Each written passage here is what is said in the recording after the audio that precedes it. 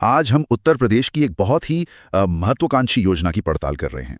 एक जिला एक उत्पाद यानी ओडीओपी। हाँ। खाने पीने की चीजों से हमेशा एक अच्छी शुरुआत होती है। हाँ, तो पहला जिला है सिद्धार्थनगर और इसका उत्पाद है काला नमक चावल। काला नमक चावल, हाँ सुना है मैंने। और इसे याद रखने की ट्रिक ये है कि सिद्धार्थ यानी भगवान बुद्ध वो बहुत सादा भोजन करते थे। हाँ, जैसे काला नमक और चावल। ये एक बेहतरीन शुरुआत है क्योंकि ये ट्रिक सिर्फ एक नाम को नहीं बल्कि एक गहरे सांस्कृतिक संबंध को पकड़ती है। अच्छा। हाँ, काला नमक चावल कोई आम चावल नहीं है, इसे बुद्ध का महाप्रसाद भी कहा जाता है। अरे वाह, ये तो मुझे नहीं पता था। जी, इसे जीआई टैग भी मिला हुआ है और इसकी खासियत इसकी तेज सुगंध है। तो ये ट्रिक हमें सिर्फ नाम नहीं बल्कि उसके पीछे की सादगी, इतिहास और महत्व को भी याद दिलाती है। मतलब ये सिर्फ एक ट्रिक नहीं बल्कि एक पूरी कहानी का सिरा है। बिल्कुल। अच्छा, अगला है प्रतापगढ़ जिसका उत्पाद है आंवला। आंवला ट्रिक है प्रताप यानी महाराणा प्रताप, और जिनमें प्रताप होता है, जो शक्तिशाली होते हैं, वो आंवला खाते हैं क्योंकि उसमें विटामिन सी होता है। हाँ, ये तो काफी सीधा साधा है। हाँ, और ये इसलिए काम करता है क्योंकि ये एक स्थापित तथ्य पर आधारित है। हम सब जानते हैं कि आंवला सेहत के लिए अच्छा होता है। सही है। यहाँ नाम के अर्थ यानी प्रताप मतलब शौर्य, उसको उत्पाद के गुण से जोड़ा गया है। एक तार्किक कनेक्शन। हाँ, जो दिमाग में आसानी से बैठ जाता है। अब दो जिले ऐसे हैं जिनका उत्पाद एक ही है, दाल। दाल। अच्छा। ये है गोंडा और बलरामपुर। गोंडा के लिए ट्रिक थोड़ी फिल्मी है। अच्छा, बताइए। गोंडा को गुंडा से जोड़ते हैं और गुंडे क्या धमकी देते हैं, तेरी दाल रोटी नहीं चलने दूंगा। अरे वाह, ये तो बिल्कुल अलग है ना? और बलरामपुर के लिए ट्रिक है कि बलराम में बल है और बल के लिए लोग दाल पीते हैं। तो एक ही उत्पाद पर दोनों को याद रखने के तरीके जमीन आसमान के फर्क वाले हैं। हाँ, और इस सेक्शन का आखिरी कौशाम्बी का केला। कौशाम्बी केला ट्रिक है, कौशाम्बी से शब्द निकला कोसा। उसने मुझे कोसा क्योंकि मैंने उसका केला खा लिया। ईमानदारी से कहूं तो ये मुझे थोड़ा बचकाना और अजीब लगा। क्या इस तरह की बेतुकी बातें भी काम करती हैं? असल में अक्सर यही सबसे ज्यादा काम करती हैं। सच में? हाँ। पेट पूजा तो हो गई। हाँ, तो अब पहनावे पर ध्यान दिया जाए। हाँ बिल्कुल। और ये दिलचस्प है कि उत्तर प्रदेश की पहचान सिर्फ स्वाद तक ही सीमित नहीं है। नहीं, बिल्कुल नहीं। ये तो उस क्षेत्र के धागों में भी बड़ी खूबसूरती से बुनी हुई है। धागों की बात की है तो चलिए कपड़ों और टेक्सटाइल की दुनिया में चलते हैं। चलिए। शुरुआत नवाबों के शहर लखनऊ से। उत्पाद है चिकनकारी। चिकनकारी क्लासिक। इसकी ट्रिक भी नवाबी है। लखनऊ यानी लक। हाँ। जिसका लक अच्छा होगा उसे खाने में चिकन मिलेगा और पहनने के लिए चिकनकारी के कपड़े। क्या बात है, ये तो पूरा पैकेज है। मैंने लखनऊ जाकर चिकनकारी का काम देखा है और ये वाकई कमाल का है। कारीगर घंटों तक एक ही कपड़े पर झुके रहते हैं। आपने सही कहा, लखनऊ और चिकनकारी का रिश्ता बहुत गहरा है। ये सिर्फ एक उत्पाद नहीं, शहर की तहजीब का प्रतीक है। ये कला यूं समझ लीजिए मूल रूप से फारस से आई और मुगलों के समय में लखनऊ में फली फूली। और फिर आता है वाराणसी जिसका उत्पाद है बनारसी रेशम साड़ी। बनारसी साड़ी। स्रोत कहता है कि ये इतना विश्व प्रसिद्ध है कि इसके लिए किसी ट्रिक की जरूरत ही नहीं है। बिल्कुल सही। अब कुछ ऐसी जगहों पर आते हैं जहां उत्पाद का नाम थोड़ा सामान्य है, जैसे हरदोई। हरदोई उत्पाद है हथकरघा यानी हैंडलूम। ट्रिक है हरदोई यानी हर कोई हाथ का बना कपड़ा पहनना चाहता है। ये ट्रिक शब्द के सरल विखंडन पर आधारित है। हरदोई से हर कोई निकालना और उसे हथकरघा की अपील से जोड़ना इसे सीधा और प्रभावी बनाता है। हाँ, लेकिन हथकरघा या वस्त्र उत्पाद जैसे शब्द ये थोड़े आम नहीं है। बिल्कुल। इटावा और बाराबंकी दोनों का उत्पाद वस्त्र उत्पाद है। इटावा के लिए ट्रिक है इटावा यानी ईट। घर ईट से बनता है पर तन ढकने के लिए तो वस्त्र चाहिए। अच्छा कनेक्शन है। और बाराबंकी के लिए है बड़ा बाकी। दुकानदार के पैसे बड़ा बाकी रह गए क्योंकि बहुत सारे वस्त्र खरीद लिए। ये भी अच्छा है। ये ट्रिक्स उन सामान्य शब्दों में भी एक कहानी डाल देती है। बिल्कुल, और यही उनका उद्देश्य है, सामान्य को भी विशिष्ट और यादगार बनाना। सही है। ओके, चलिए अब कपड़ों से आगे बढ़कर उत्तर प्रदेश के कुछ विशेष शिल्पों और कलाओं की ओर बढ़ते हैं। हाँ, ये मेरा पसंदीदा सेक्शन है। पहला है अमरोहा वाद्य यंत्र, खासकर ढोलक। ट्रिक कहती है अमरोहा यानी अमर।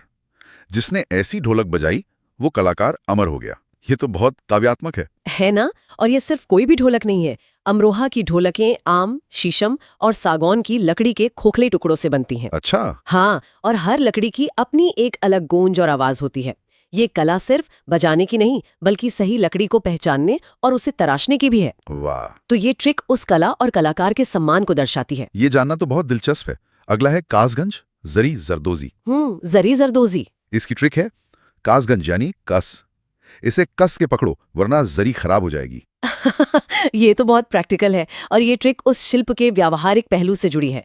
जरी जरदोजी का काम वाकई बहुत नाजुक और बारीक होता है। हाँ, बहुत। तो ये ट्रिक उस काम की नजाकत को एक छोटे से वाक्य में समेट लेती है। अब कुछ शहर ऐसे हैं जो अपने उत्पादों से इस कदर जुड़े हैं कि उन्हें ताला नगरी, पीतल नगरी और सुहाग नगरी ही कहा जाता है। अलीगढ़, मुरादाबाद और फिरोजाबाद। हाँ, इन्हें तो शायद ही किसी ट्रिक की जरूरत हो। आपने बिल्कुल सही पकड़ा। इन शहरों ने अपने उत्पाद को अपनी पहचान बना लिया है। ये ब्रांडिंग का एक क्लासिक उदाहरण है जो दशकों या सदियों में विकसित हुआ है। ओडीओपी जैसी योजनाओं का अंतिम लक्ष्य यही है कि हर जिला अपने उत्पाद के लिए इसी तरह जाना जाए। वैसे इस स्रोत ने मुरादाबाद यानी पीतल नगरी के लिए एक मजेदार ट्रिक दी है। अच्छा। मुरादाबाद को मुर्दा से जोड़कर, अगर पीतल के बर्तन में खाना नहीं खाओगे तो जल्दी मुर्दा हो जाओगे। अरे बाप रे, ये फिर से उसी शॉक वैल्यू वाले सिद्धांत पर काम करता है। हाँ, ये थोड़ा अजीब है पर शायद इसी वजह से यादगार है। और ये एक पारंपरिक मान्यता को भी मजेदार ढंग से पेश करता है कि कुछ धातुओं के बर्तनों में खाना स्वास्थ्य के लिए अच्छा होता है। और वो जिसका सबको इंतजार था, कन्नौज का इत्र। इत्र। इसकी ट्रिक तो क्लासिक है। कन्नौज यानी कान और नोज। नोज। इत्र की खुशबू नोज से ही तो लेते हैं। ये शायद सबसे प्रसिद्ध उदाहरणों में से एक है। कन्नौज को भारत की इत्र की राजधानी कहा जाता है। पर क्या आप जानते हैं कि यहाँ इत्र आज भी सदियों पुरानी देग भभका पद्धति से बनाया जाता है? और देग भभका वो क्या है? इसमें तांबे के बड़े बड़े बर्तनों, जिन्हें देग कहते हैं, उनमें फूलों की पंखुड़ियों को पानी के साथ उबाला जाता है। और उसकी भाप को एक खास तरह के रिसीवर, जिसे भभका कहते हैं, उसमें इकट्ठा किया जाता है। ये एक बहुत धीमी और कलात्मक प्रक्रिया है जो इसे आधुनिक परफ्यूम से बिल्कुल अलग बनाती है। वाह, ये जानकारी तो उस इत्र की खुशबू को और भी खास बना देती है। बिल्कुल। चलिए अब उस सेक्शन पर आते हैं जिसमें सबसे भ्रमित करने वाले या कम सुने हुए उत्पाद हैं। अच्छा, ये मजेदार होगा। पहला है महोबा गौरा पत्थर। इसकी ट्रिक है महोबा यानी मोहब्बत। मोहब्बत? और मोहब्बत में दिल पत्थर का हो जाता है। ये एक अमूर्त भावना को एक ठोस वस्तु से जोड़ने का एक शानदार उदाहरण है। मोहब्बत और पत्थर का ये रूपक बहुत शक्तिशाली है। हाँ। और तुरंत दिमाग में बैठ जाता है। गौरा पत्थर एक तरह का मुलायम पत्थर है जिसपे नक्काशी की जाती है। अच्छा, फिर है हमीरपुर जूते। हमीरपुर जूते। ट्रिक है हमीरपुर में हम और अमीर दोनों हैं।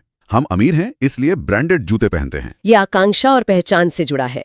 ये एक सरल वाक्य में एक पूरी जीवन शैली की छवि बना देता है जिससे हमीरपुर और जूते का संबंध जुड़ जाता है। अब दो ऐसी ट्रिक्स हैं जो थोड़ी डरावनी या नाटकी हैं। एक है संभल, सींग और अस्थि उत्पाद। ओके। ट्रिक है संभल यानी संभल कर चलो, आगे सांड है, सींग मार देगा। और दूसरी है Ghazipur jute wall hanging. Trick है गाजीपुर यानी गाजी, जिसे जज मान सकते हैं। जज। गाजी ने मुजरिम को जूट की रस्सी से लटकाने का फैसला सुनाया। अब एक खूबसूरत ट्रिक पर आते हैं, पीली भीत बांसुरी। वाह, यहाँ रंग, वस्तु और पौराणिक कथा का अद्भुत संगम है। चलिए अब इस विश्लेषण के अंतिम हिस्से में चलते हैं। ओके। जो एक आम भ्रम को दूर करता है, चमड़ा उद्योग। मैं हमेशा आगरा और कानपुर को लेकर भ्रमित रहता हूँ। और आपका भ्रमित होना स्वाभाविक है। दोनों ही चमड़े के लिए बहुत प्रसिद्ध हैं। हाँ, ये दोनों ही उत्तर भारत में चमड़ा उद्योग के ऐतिहासिक रूप से बड़े केंद्र रहे हैं। इस तरह के औद्योगिक समूहों का बनना आम बात है, जहाँ कच्चा माल, कारीगर और बाजार सब एक ही जगह केंद्रित हो जाते हैं। तो स्रोत इस भ्रम को दूर करने के लिए दो अलग अलग और बहुत ही मजबूत छवियां देता है। अच्छा। आगरा के चमड़ा उत्पादक के लिए ट्रिक है, आगरा में आग है। आग। चमड़े की फैक्ट्री में आग लग गई। एक बहुत ही ज्वलंत और नाटकीय छवि। और कानपुर के चमड़ा उत्पाद के लिए ट्रिक है, कानपुर में कान है। कान। हाँ। उसने कान पकड़कर चमड़े की बेल्ट से मारा। ये एक बहुत ही व्यक्तिगत और दर्दनाक छवि है जो शायद कुछ लोगों के बचपन की यादें ताजा कर दे। हाँ, थोड़ी है। पर दोनों ही ट्रिक्स बहुत शक्तिशाली छवियों का उपयोग करती हैं ताकि दो समान उत्पादों को दो अलग अलग शहरों से स्पष्ट रूप से जोड़ा जा सके। बिल्कुल। वैसे ओडीओपी योजना के तहत आगरा पत्थर और संगमरमर की नक्काशी के लिए भी जाना जाता है, जबकि कानपुर चमड़े पर केंद्रित है।